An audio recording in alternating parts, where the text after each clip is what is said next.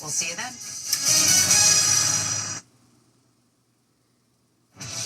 Tonight, the chaos in court. The man on trial accused of trying to assassinate then-candidate Donald Trump. Guilty on all counts. He then tried to stab himself in the neck in court, according to authorities. And in New York City tonight, the discovery in Queens, in Westchester, in Greenwich, and in New Jersey. Was there a plot in the works? What we've learned.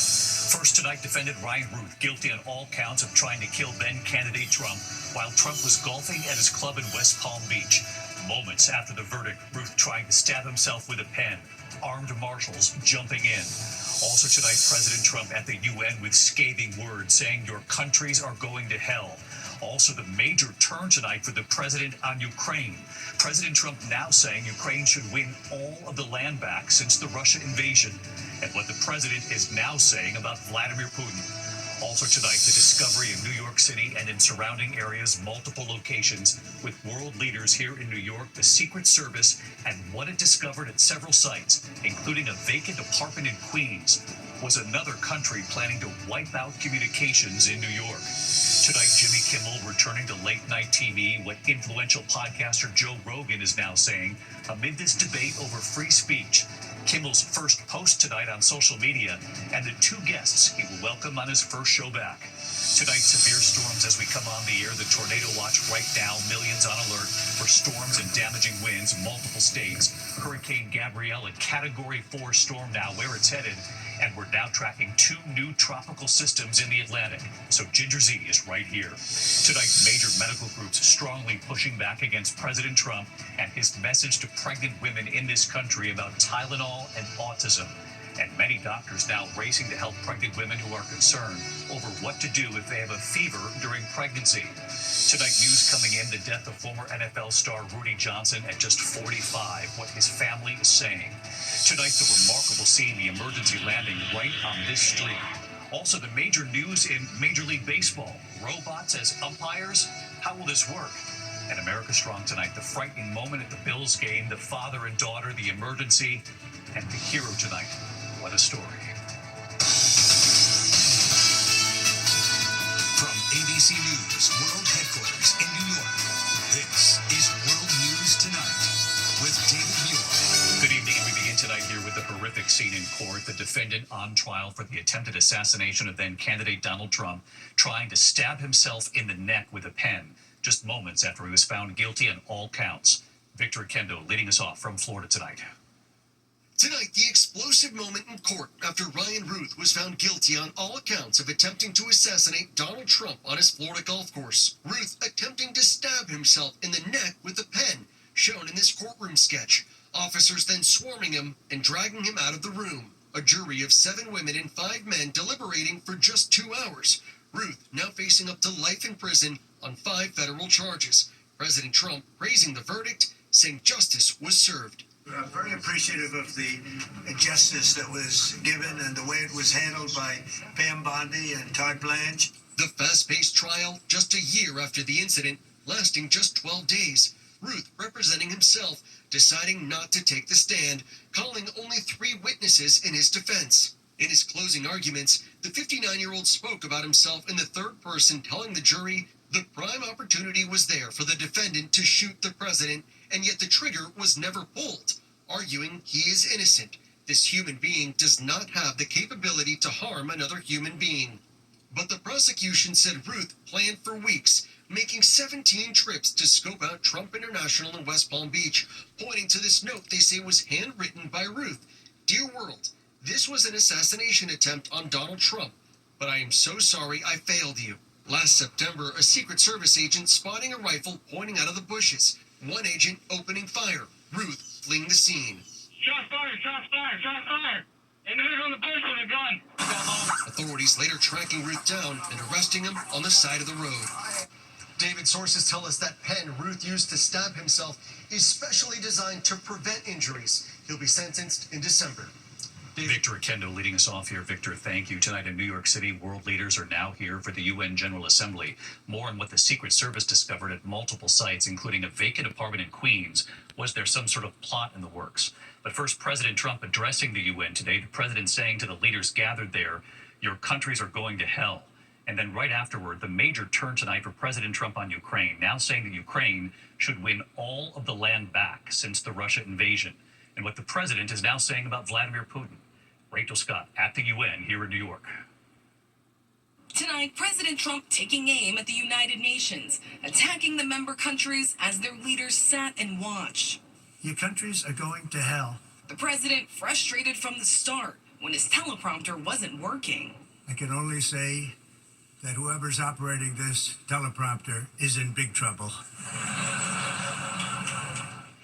Earlier, when he arrived with the First Lady, the escalator they were riding abruptly stopped, forcing them to walk up. At the podium, These are the two things I got from the United Nations, a bad escalator and a bad teleprompter. Thank you very much. the president then lashing out. It has such tremendous, tremendous potential, but it's not even coming close to living up to that potential.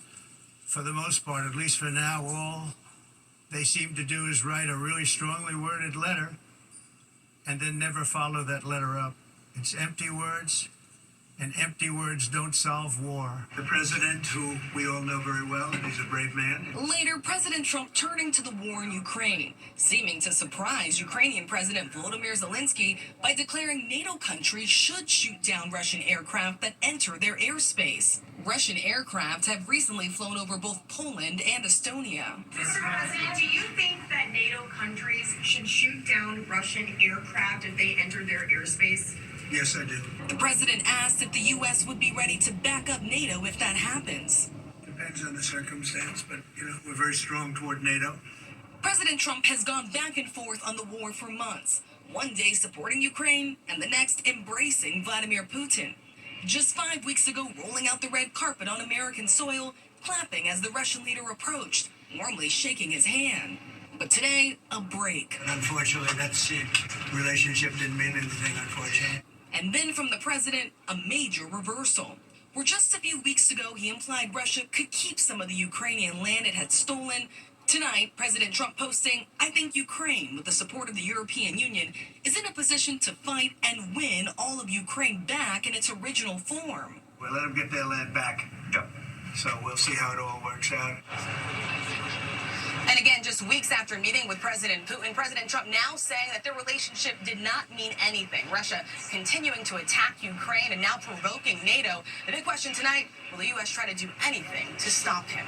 David. Rachel Scott live tonight at the UN here in New York. Thank you. Tonight with those world leaders here, the discovery in New York and in the surrounding areas, multiple locations. What the Secret Service says it found at several sites, including a vacant apartment in Queens, was another country planning to try to wipe out communications here in New York. Here's our Chief Justice correspondent, Peter Thomas, tonight. Tonight, the Secret Service says it's dismantled a covert operation that could have been used to take out cell towers throughout New York City and to conduct surveillance on world leaders in New York for the UN General Assembly.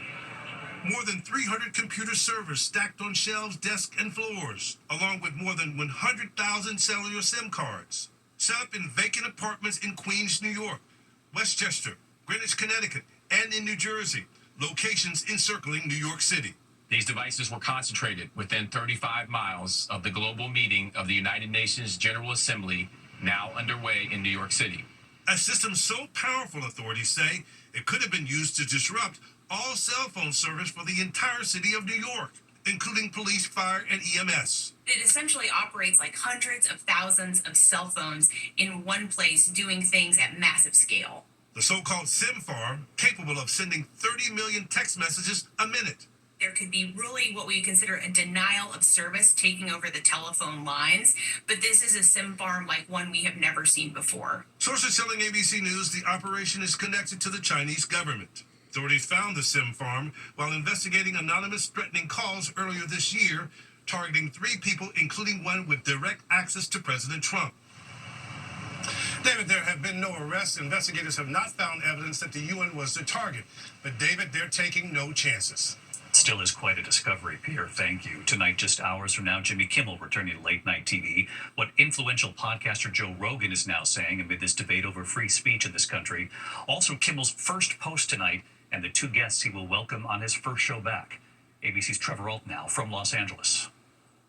It's Jimmy Kimmel Live. Tonight, Jimmy Kimmel will be back on the air after Disney ABC paused the show indefinitely following comments Kimmel made about the ideology of the suspect in Charlie Kirk's killing. In announcing Kimmel's return, Disney says, "Last Wednesday we made the decision to suspend production on the show to avoid further inflaming a tense situation at an emotional moment for our country.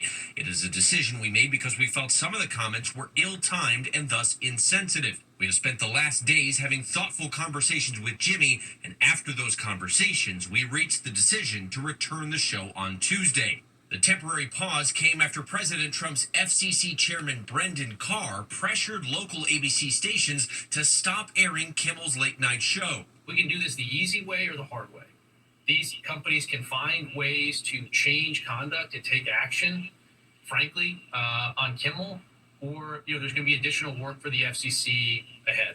Disney ABC then suspended Kimmel's show indefinitely to allow for discussions with Kimmel and his team. What followed was a very public debate over free speech in this country, critics suggesting the move was caving to political pressure. Even some Republicans and well-known conservatives speaking out. Republican Senator Ted Cruz comparing Brendan Carr's comments to those of a mafia boss. He says, "We can do this the easy way, or we can do this the hard way." Yeah. And I got to say, that's right out of Goodfellas. That's right out of a mafioso coming into a bar going, "Nice bar you have here. It'd be a shame if something happened to it." And just today, influential podcaster Joe Rogan saying the government should not be involved in what a comedian can or cannot say. I definitely don't think that the government should be involved ever in dictating what a comedian can or cannot say in a monologue. That's crazy. Today, Kimmel's show posting an image of Jimmy Kimmel and his longtime sidekick Guillermo captioned, "We are back, full of love." The show is expected to welcome actor Glenn Powell and musician Sarah McLachlan as Kimmel's first guests. Tonight, two station groups that own some ABC stations, Nexstar and Sinclair, have indicated their local ABC affiliates will not air Jimmy Kimmel, at least for now. Nexstar saying they want assurance that all parties are committed to fostering an environment of respectful, constructive dialogue in the markets we serve. Meantime, with Kimmel returning, millions will be watching, and Kimmel well aware of the critics on all sides amid this fierce debate over free speech. David, Disney says it suspended the show to avoid further inflaming a tense situation, and after what they called multiple thoughtful conversations with Kimmel, determined he would return tonight. David. All right, Trevor Roll in Los Angeles. Trevor, thanks. Now to the severe storms at this hour, the tornado watch. In fact, right now as we're on the air, millions on alert for storms, damaging winds in multiple states. Also tonight, Hurricane Gabrielle, a Category 4 storm now where it's headed, and we're now tracking two new tropical systems in the Atlantic as well. We are still in hurricane season, so let's get to Chief Meteorologist Ginger Z, who's tracking the storms first for us. Hey, Ginger. Hey, David, we're seeing reports of damage out of eastern Oklahoma already, reports of a 61-mile-per-hour gust in Stigler, Oklahoma. So you can see the tornado watch that goes into northwest Arkansas, right into the Ozarks there. It's going to be a tough drive on Interstate 40, dangerous for sure. And severe thunderstorm watch that goes back to Sherman along the Red River Valley, along the state line of Texas and Oklahoma. Also, that flood watch. In total, a couple more inches could fall with some of these storms. Now, let's talk about the rip current risk along the East Coast. Gabrielle's been way far away, but it got the ocean all riled up, so you still have high rip current risk from the Jersey Shore down through Rehoboth Beach into Florida, too. And there are two other areas we're watching with a 90% and 60% chance of developing into a tropical depression. The next name, David, is Umberto. All right, we'll watch it closely right here with you, Ginger. See you first thing in the morning. Tonight, several major medical groups are now strongly pushing back against President Trump after his new message to pregnant women in this country about Tylenol and what he says is a link to autism. Now, many doctors racing to help pregnant women who are concerned over what to do if they have a fever during pregnancy. Again tonight, Steve Osunsami. The pushback from the world's leading doctors and medical groups is growing tonight to nearly a dozen organizations, all rejecting the president's claims that acetaminophen, the main ingredient in Tylenol, is tied to any increase in pregnant women delivering autistic babies.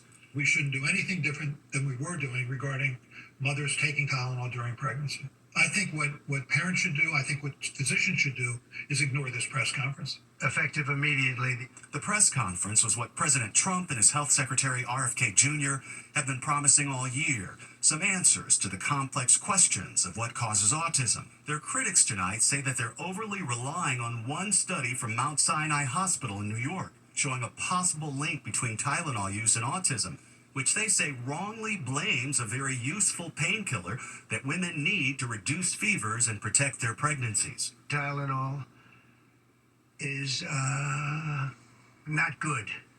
All right, I'll say it. It's not good. Doctors across America are now trying to calm the worry. This Boston obstetrician is telling her pregnant patients that Tylenol is safe to take when you need it. My advice is really likely to be to continue to think about taking the lowest dose of acetaminophen that's possible that is solving the need. Sarah Sandoval in Houston is due to deliver her child in the next several weeks. She says she's choosing to trust her doctor more than anyone else. If a doctor who has 30 plus years of experience, delivered countless babies, advises or says it's okay, right? Like, I'm going to listen to my doctor. Even this administration's own FDA is saying tonight that there's no proof that Tylenol causes autism, and they're telling that to doctors across America. At the same time, this same FDA is still planning on putting a warning on bottles of Tylenol for pregnant women. David? Steve Osunsami tonight. Steve, thank you. When we come back, the news of the death of a well-known former NFL star. He was just 45. What his family is saying tonight and what he reportedly battled. Also tonight, take a look at this, the remarkable scene, the emergency landing that plane coming down right in the middle of this street. And then later here, the moment at the Bills game, the father and daughter, the emergency, and the hero tonight. This is quite a story. You have to see it, and what they're hoping everyone will do in a moment here. Next tonight here, tributes pouring in after the death of NFL Pro Bowler Rudy Johnson. His family saying he was struggling with mental health issues, possibly caused by CTE, and asking for privacy tonight. A standout running back at Auburn, drafted by the Cincinnati Bengals in 2001. Playing 7 seasons, his career rushing total one of the highest in franchise history. They have not made his cause of death public. Rudy Johnson was just 45. In Las Vegas tonight, the plane landing right in the street. Surveillance showing the small plane it had just taken off, managing to avoid any cars, even avoiding the light posts making that landing. 2 people on board, no one was hurt. When we come back here tonight, the big change in Major League Baseball, robots as umpires. How will this work? And the woman who authorities say tried to steal Elvis's Graceland. And what's now happened to her tonight? To the index of other news, the woman who pleaded guilty to a charge of mail fraud in an alleged scheme to fraudulently claim ownership of Elvis Presley's Graceland, now sentenced to more than 4 years. Lisa Finley falsely claimed Presley's daughter had borrowed millions with Graceland as collateral. They say the suspect planned to extort money. To Major League Baseball tonight, robot umpires are coming. Automated pitch callers will now allow teams to challenge the calls of human umpires. The system has been tested in the minors. Under the new rules, teams will get 2 challenges per game. When we come back here tonight, the emergency moment at the Bills game. The father and daughter, that emergency, and what then played out. This is really something, and what they're hoping you'll do tonight. Finally tonight here, I'm from upstate New York, so I'm not surprised by the big hearts of Bills fans who helped a father and daughter when they needed it most. Tonight in Buffalo, New York, Bills Mafia cheering for an incredible moment that played out off the field, right up in the stadium. It was last Thursday's game, the Bills against the Dolphins. Father and daughter Brian and Candace Dodge were in the stands when all of a sudden, right before the Bills' first touchdown, Brian collapsed and needed immediate medical attention.